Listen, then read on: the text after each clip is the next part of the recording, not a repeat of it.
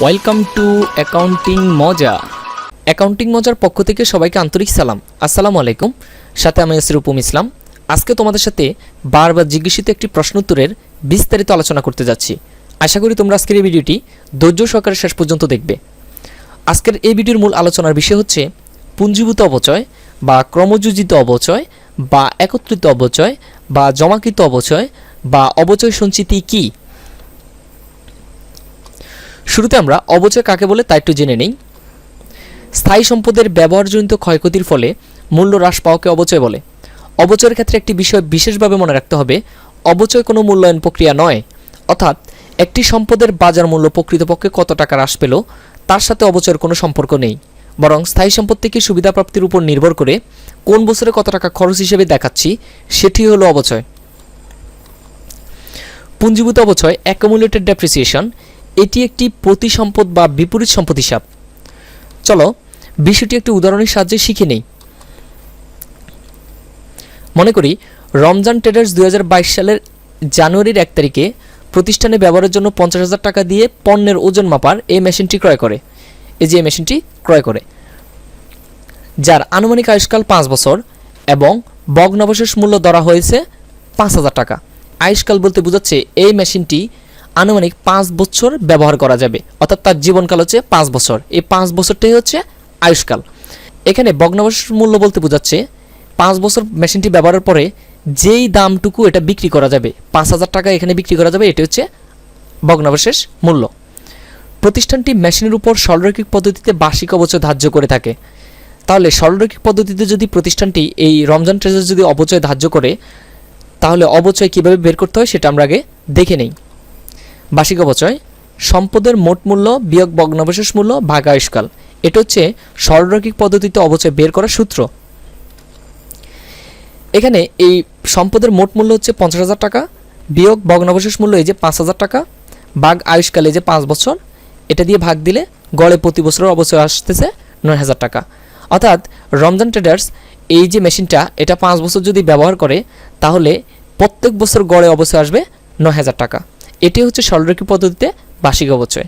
এখন এই যে রমজান ট্রেডার্স 2022 সাল থেকে শুরু করে কিভাবে আর্থিক অবস্থার বিবরণীর মধ্যে এই সম্পদ থেকে অবচয়টা বাদ দেয় সেটা আমরা এখন দেখব। রমজান ট্রেডার্স আর্থিক অবস্থার বিবরণী এখানে আমি আংশিক লিখছি, কারণ হচ্ছে আমরা আংশিক অংশটুকু দেখব, ছোট করে অংশটুকু দেখব, শুধু মেশিনের অবচয় কিভাবে আর্থিক অবস্থার বিবরণী থেকে বাদ দেয় সেটা 2022 সালের 31 ডিসেম্বর তারিখে প্রস্তুতকৃত। এখানে দেখছো এই যে মেশিন 50,000 টাকা যেটা রমজান ট্রেডার্স ক্রয় করছিল, বাদ পুঞ্জীভূত অবচয় হচ্ছে এবছরের কত 9,000 টাকা অবচয়, 50,000 থেকে 9,000 টাকা বাদ দিলে 41,000 টাকা থাকে। এরপর হচ্ছে রমজান ট্রেডার্স আর্থিক অবস্থার বিবরণী 23 সালে যে প্রস্তুত করলে কীভাবে দেখাবে, মেশিনটার থেকে অবচয়টা কীভাবে বাদ দেবে সেটা আমরা এখন দেখব। এই যে এখানে দেখতে পাচ্ছ মেশিন 50,000 টাকা বাদ পুঞ্জীভূত অবচয় হচ্ছে এখানে 18,000 টাকা। এই 50,000 থেকে 18,000 টাকা বাদ দিলে টাকা থাকে কত 32,000 টাকা। এখন প্রশ্ন হলো, তোমরা আমাকে বলতে পারো যে আপনি বলছেন যে প্রত্যেক বছর অবচয় হচ্ছে 9,000 টাকা করে, তাহলে এখানের মধ্যে 18,000 টাকা কোত্থেকে আসলো? তো চলো সেটা আমরা একটা বিশেষ দ্রষ্টব্য দিয়ে দেখি। এখানে 2022 সালের অবচয় 9,000 টাকা, অর্থাৎ বিগত বছর যে 2022 সালে যে অবস্থা ধার্য হয়েছিল সেটা হচ্ছে 9,000 টাকা, এবং 2023 সালের অবস্থা হচ্ছে কত 9,000 টাকা, মিলে 23 সালের মোট পুঞ্জীভূত অবস্থা দাঁড়ালো 18,000 টাকা। এই যে বিগত বছরের 9,000 টাকা আর চলতি বছর এই যে 23 সালে 9,000 টাকা, এই 2 বছরের অবস্থা হয়ে গেছে, সেজন্য এই 2 বছরের অবস্থাকে যোগ করাতে 18,000 টাকা হয়েছে। এই 50,000 থেকে 18,000 টাকা বাদ দিলে 32,000 টাকা থাকে। এখন অনেকের মাঝে একটা চিন্তা আছে যে পুঞ্জীভূত অবচয় মনে হয় যে এর বিপরীতে মনে হয় টাকা জমে, অথবা এই অবচয়ের জন্য মনে হয় প্রত্যেক বছর টাকা জমিয়ে রাখা হয়। আদৌ কি কথাটা সত্য? তো চলো সেটা আমরা একটু দেখি। অবচয় কি তহবিলের উৎস, বা অবচয়ের মাধ্যমে কি কোনো নগদ টাকা জমে, বা অবচয় হলে কি প্রতিষ্ঠান তার বিপরীতে কোনো নগদ টাকা জমিয়ে রাখে? না, অবচয় ধার্যের মাধ্যমে কোনো নগদ টাকা জমে না বা কোনো তহবিল সৃষ্টি হয় না, যা দ্বারা আয়ুষ্কাল শেষে সম্পত্তিটি প্রতিস্থাপন করা যেতে পারে। আমাদের অনেকের মধ্যে একটা ধারণা আছে যে প্রতিষ্ঠান যদি অবচয় ধার্য করে তাহলে প্রত্যেক বছর ওই পরিমাণ টাকা আবার কী করে জমিয়ে রাখে, যাতে করে এই সম্পত্তিটি জীবনকাল শেষ হয়ে গেলে যাতে আবার নতুন করে একটা সম্পদ ক্রয় করতে পারে প্রতিষ্ঠান। না, এরকম কোনো সিস্টেম নেই। অবচয়, পুঞ্জীভূত অবচয় অ্যাকুমুলেটেড ডেপ্রিসিয়েশন হিসাবের উদ্বৃত্ত কোনো তহবিল নির্দেশ করে না, বরং এটি এ যাবৎ ধার্যকৃত অবচয় খরচের মোট পরিমাণ মাত্র। অর্থাৎ অবচয়ের পরিমাণটা প্রত্যেক বছর কত হচ্ছে এটা জমিয়ে রাখাটাই হচ্ছে পুঞ্জীভূত অবচয়, এর মাধ্যমে কোনো নগদ টাকা জমে না। এখন অনেকে বলবা যে তাহলে আপনার কথার ভিত্তি কি, আপনি যে বলতেছেন এই কথাটা, তাহলে এটা বিজ্ঞানসম্মত কি উপায় আছে? চলো আমরা সেটা দেখব। শুরুতে আমরা বাংলাদেশের প্রচলিত যে অবচয় ধার্য যে পদ্ধতিগুলো আছে বইতে, সেগুলো আমরা আগে দেখে নেই। সরলরৈখিক পদ্ধতি, কার্য সম্পাদন একক পদ্ধতি, ক্রমহ্রাসমান বা দ্বৈত ক্রমহ্রাসমান যার পদ্ধতি, বর্ষ সংখ্যা সমষ্টি পদ্ধতি, কার্য সম্পাদনের ঘণ্টাহার পদ্ধতি, কার্য সম্পাদনের মাইলেজ পদ্ধতি, বার্ষিক সমকিস্তি পদ্ধতি, প্রতিপূরক তহবিল পদ্ধতি, বীমাপত্র পদ্ধতি, গ্রুপ বা যৌগিক পদ্ধতি, সংকর বা সম্মিলিত পদ্ধতি, পুনর্মূল্যায়ন পদ্ধতি, ক্ষয় অনুপাত পদ্ধতি, মেরামত সঞ্চয় পদ্ধতি, সামগ্রিক পদ্ধতি। এই পদ্ধতিগুলি হচ্ছে বাংলাদেশে প্রচলিত বইগুলোর মধ্যে যে পদ্ধতিগুলোর কথা বলা হয়েছে অবচয় ধার্যের ক্ষেত্রে, সে পদ্ধতিগুলো। এখানে তোমরা লক্ষ্য করলে দেখতে পাচ্ছ যে 7 নম্বরে বলা আছে যে বার্ষিক সমকিস্তি পদ্ধতি, 8 নম্বরে বলা আছে যে প্রতিপূরক তহবিল পদ্ধতি, 9 নম্বরে বলা আছে যে বীমাপত্র পদ্ধতি। এই 3টা পদ্ধতিতে যদি প্রতিষ্ঠানের মধ্যে যদি স্থায়ী সম্পদের অবচয় ধার্য করা হয়, তাহলেই শুধুমাত্র কেবল অবচয় যত টাকা হবে তার বিপরীতে প্রত্যেক বছর অত টাকা করে জমিয়ে রাখা হবে, যাতে করে ভবিষ্যতে সম্পদটা জীবনকাল শেষ হয়ে গেলে আবার নতুন করে ক্রয় করতে পারে। এছাড়া 1 নাম্বার থেকে এই যে 1 নাম্বার থেকে 15 নাম্বার পর্যন্ত যে পদ্ধতিগুলো আছে, এই পদ্ধতিগুলোর মধ্যে থেকে যদি কোনো একটা পদ্ধতি যদি প্রতিষ্ঠান যদি ব্যবহার করে, তাহলে ওই পদ্ধতির ক্ষেত্রে অবচয়ের জন্য কোনো টাকা জমাবে না প্রতিষ্ঠান, অর্থাৎ কোনো টাকা জমা হয় না প্রতিষ্ঠানের মধ্যে। আর আমাদের দেশের মধ্যেই এই বার্ষিক সমকিস্তি পদ্ধতি, প্রতিপূরক তহবিল পদ্ধতি বা বীমাপত্র পদ্ধতি, এগুলো সাধারণত আমাদের বইয়ের মধ্যে অঙ্ক করাতে আমরা স্টুডেন্টদেরকে বেশিরভাগ দেখি না। তাছাড়া বাংলাদেশের প্রতিষ্ঠানগুলো এগুলো তেমন একটা তাদের স্থায়ী সম্পদের উপর অবচয় ধার্য করতে ব্যবহার করে না, বেশিরভাগই করে সরলরৈখিক পদ্ধতি, কার্য সম্পাদন একক পদ্ধতি, ক্রমহ্রাসন বা দ্বৈত ক্রমহ্রাসমান যার পদ্ধতি, বর্ষ সংখ্যা সমষ্টি পদ্ধতি, এই পদ্ধতিগুলি সাধারণত অ্যাপ্লাই করে থাকে।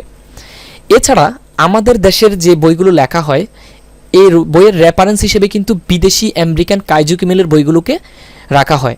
ওই বইগুলোর মধ্যেও এই 3টা পদ্ধতির একটা পদ্ধতির কথাও এখানে বলা নাই, অর্থাৎ তারা তাদের বইতে এই 3টা পদ্ধতির একটা পদ্ধতিও রাখে নাই।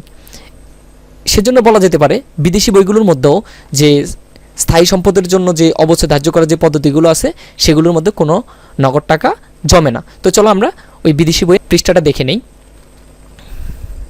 তোমরা এখানে দেখতে পাচ্ছ যে মেথডস অফ ডেপ্রিসিয়েশন, এখানে কয়টা মেথডের কথা বলা আছে? Activity method, straight line method, some of the years digits, declining balance method, group and composite methods, hybrid or combination methods. এটা কিন্তু একটা বিদেশি বইয়ের পৃষ্ঠা। আমি যেখান থেকে এই যে তোমাদেরকে পদ্ধতিগুলো দেখাচ্ছি, এই পদ্ধতিগুলোর মাধ্যমে একটা পদ্ধতিও প্রতিষ্ঠানের মধ্যে যদি অ্যাপ্লাই করা হয়, তাহলে কোনো পদ্ধতির ক্ষেত্রেই অবচয়ের বিপরীতে কোনো নগদ টাকা জমা হয় না। এটা হচ্ছে কোথা থেকে আমি দেখালাম, এটা হচ্ছে book name intermediate accounting, writer Donald E Kieso, Jerry G Weygandt, Terry D Warfield, edition হচ্ছে 11th, পেজ হচ্ছে 523। তোমরা যদি ইন্টারমিডিয়েট অ্যাকাউন্টিং কাইজু কিমেলের বইয়ের এডিশন 11th, পেজ 523 খোলো, তাহলে এগুলো পেয়ে যাবা। ওইখানের মধ্যে এই পদ্ধতিগুলোর কথা বলা আছে। এই পদ্ধতিগুলোর একটা পদ্ধতিও যদি প্রতিষ্ঠান অ্যাপ্লাই করে তাদের স্থায়ী সম্পদের অবচয় ধার্যের ক্ষেত্রে, তাহলে এর জন্য অবচয়ের কোনো টাকা জমানো হয় না, শুধু অবচয়ের পরিমাণটুকু জমিয়ে রাখা হয়। অ্যাকুমুলেটেড ডেপ্রিসিয়েশন মানে হচ্ছে অবচয়ের পরিমাণটুকু জমিয়ে রাখা, এখানে কোনো অবচয়ের জন্য কোনো টাকা জমানোর কথা বলা হচ্ছে না। আমি যে পদ্ধতিগুলোর কথা বলছিলাম আমাদের বাংলাদেশের মধ্যে আছে, সেগুলো হচ্ছে বার্ষিক সমকিস্তি পদ্ধতি এবং প্রতিপূরক তহবিল পদ্ধতি ও বীমাপত্র পদ্ধতি, যেগুলো আমাদের দেশের মধ্যেও তেমন একটা অ্যাপ্লাই হয় না, শুধু কেবল বইয়ের মধ্যেই শুধু কাগজে কলমে আছে, এগুলো তেমন একটা অ্যাপ্লাই ওইখানে হয় না। তাছাড়া এই যে বিদেশি বইগুলো আমাদের বাংলাদেশের বিশ্ববিদ্যালয়তে এই বইটা পড়ানো হয়, এখানের মধ্যেও কিন্তু এই যে বার্ষিক সমকিস্তি পদ্ধতি, প্রতিপূরক তহবিল পদ্ধতি বা বীমাপত্র পদ্ধতি, যেগুলোর মাধ্যমে অবচয় ধার্য করলে টাকা জমানো হয়, এই পদ্ধতিগুলো কিন্তু আমাদের বিশ্ববিদ্যালয়ের বইগুলোতেও পড়ানো হয় না। আর তাছাড়া ওই পদ্ধতি 3টার কোনো বাস্তবভিত্তিক কোনো ওইরকম প্রয়োগও নেই। তো সেজন্য আমরা বলতে পারি যে অবচয় ধার্যের মাধ্যমে কোনো নগদ তহবিল সৃষ্টি হয় না। উপরোক্ত পদ্ধতি সময়ের মধ্যে সরলরৈখিক পদ্ধতিটি বহুল ব্যবহৃত পদ্ধতি। আমেরিকার 600 বড় বড় কোম্পানির মধ্যে জরিপ চালিয়ে দেখা গেছে 83% কোম্পানি সরলরৈখিক পদ্ধতি, 5% কোম্পানি কার্য সম্পাদন একক পদ্ধতি, 4% কোম্পানি ক্রমসমান পদ্ধতি, 8% কোম্পানি অন্যান্য পদ্ধতি ব্যবহার করে থাকে। এখন প্রিয় শিক্ষার্থীদের মাঝে একটা প্রশ্ন চলে আসবে যে প্রতিষ্ঠানে পুঞ্জীভূত অবস্থায় রাখার তাহলে প্রয়োজনটা কি? তো চলো সেটা আমরা একটু দেখি।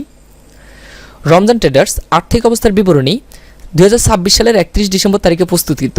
আমি এখানে 2026 সাল কেন লিখলাম? তোমরা লক্ষ্য করলেই দেখতে পাবা, আগে কিন্তু আমি বলছিলাম যে 2022 সালে ওই যে ওজন মাপার মেশিনটা ক্রয় করা হয়েছিল। তাহলে 2022 সাল, 2023 সাল, 2024 সাল, 2025 সাল, 2026 সাল, এই 26 সালে ওই মেশিনটির জীবনকাল শেষকাল। আমি শেষকালে এই মেশিনটির কি অবস্থা, আর্থিক অবস্থার বিবরণীতে আমরা দেখাই, সেটা আমি দেখানোর জন্যই 2026 সালকে আমি আর্থিক অবস্থার বিবরণীটা এখানে তৈরি করে তোমাদেরকে দেখিয়ে দিচ্ছি। এই যে মেশিন 50,000 টাকা, মানে শেষ বছরে এসব মেশিনের দামটা কিন্তু 50,000 টাকায় রাখা হয়েছে। বাদ পুঞ্জীভূত অবস্থা কত? 45,000 টাকা। এই 45,000 টাকা আসলো কোত্থেকে? এখানে 2022 সাল থেকে 2026 সাল পর্যন্ত উক্ত মেশিনের মোট অবসরের পরিমাণ দাঁড়ালো 45,000 টাকা। এই অবস্থিত মোট 45,000 টাকা হলো পুঞ্জীভূত অবস্থায়। এই 45,000 টাকাটা কোথেকে আসলো? ওই যে 2022 সাল থেকে 2026 সাল পর্যন্ত 5 বছরে প্রত্যেক বছরে কিন্তু আমরা কিন্তু অবস্থায় বের করছি কত? প্রত্যেক বছরের জন্য 9,000 টাকা করে। তাহলে 5 নং 45,000 টাকা, 5 বছর অতিক্রান্ত হয়ে গেছে এখানে 2026 সাল শেষ বছর। তাই এখানের মধ্যে পুঞ্জীভূত অবস্থায় কত হলো? 45,000 টাকা। পুঞ্জীভূত মানে হচ্ছে জমা করা। কি জমা করা? অবচয় জমা করা, অবচয়ের পরিমাণ জমা করা। এর জন্য কোনো টাকা জমাবে না, শুধু অবচয়ের পরিমাণটুকু জমিয়ে রাখা। তো এখানে 50,000 থেকে লাস্টের বছর অর্থাৎ শেষ বছর 45,000 টাকা অবচয়টা বাদ দিয়ে দিলে আমাদের থাকে কত? 5,000 টাকা। এই যে 5,000 টাকা থাকে সেটি হচ্ছে ভগ্নাবশেষ মূল্য, যেটা আমি তোমাদেরকে উদ্দীপকের মধ্যেই পড়ে দেখিয়েছিলাম। প্রতিষ্ঠান এইভাবে পুঞ্জীভূত অবস্থায় সৃষ্টি করলে আয়ুষ্কাল শেষে একটি মেশিনের ক্রয় মূল্য কত? এই যে এভাবে যদি পুঞ্জীভূত অবস্থায় রাখে তাহলে আয়ুষ্কাল শেষে এই মেশিনটির ক্রয় মূল্য কত? এই যে শেষ বছরে এসে ক্রয় মূল্য কত? 50,000 টাকা। এটা ঠিক থাকে। পুঞ্জীভূত অবস্থা কত টাকা? এই পর্যন্ত মেশিনটির অবস্থা কত টাকা হয়েছে? এই যে 45,000 টাকা, সেটাও এখানের মধ্যে দেখা যায়। ভগ্নাবশেষ মূল্য কত টাকা? এই যে 5,000 টাকা রয়ে গেছে শেষ পর্যন্ত, এটা দেখা যায়। এছাড়া পূর্ণ প্রকাশ নীতিকে সন্তুষ্ট করা এই পুঞ্জীভূত অবস্থা হিসাব রাখার মূল উদ্দেশ্য। অর্থাৎ প্রতিষ্ঠান যদি পুঞ্জীভূত অবস্থায় রাখে তাহলে এই শেষ বছরে এসে মেশিনটির ক্রয় মূল্য কত, এই পর্যন্ত অবচয় কত হয়েছে, এই ভগ্নাবশেষ মূল্য শেষ দিন এসে কত, এই তিনটা তথ্য জানা যায়। এছাড়াও পূর্ণ প্রকাশ নীতিকে সন্তুষ্ট করা যায়, সেজন্য প্রতিষ্ঠান পুঞ্জীভূত অবস্থায় অথবা অবসরের পরিমাণকে জমিয়ে রাখে এভাবে। তো আশা করি প্রিয় শিক্ষার্থীবৃন্দু তোমরা আজকের এই ভিডিও থেকে একটি স্বচ্ছ ধারণা পেয়েছো যে পুঞ্জীভূত অবচয় কী এবং পুঞ্জীভূত অবচয়ের ভিতরে নগদ টাকা জমে কি না, প্রতিষ্ঠান জমিয়ে রাখে কি না। আজকের এই ভিডিও থেকে তোমরা একটি স্বচ্ছ ধারণা পেয়ে গেছো। আশা করি তোমরা এই ভিডিওটি ভালো লাগলে অবশ্যই শেয়ার করবে। পরবর্তী ভিডিওর দেখার আমন্ত্রণ জানিয়ে আজকে এখানেই শেষ করতেছি। সবাই ভালো থাকো, আল্লাহ হাফেজ।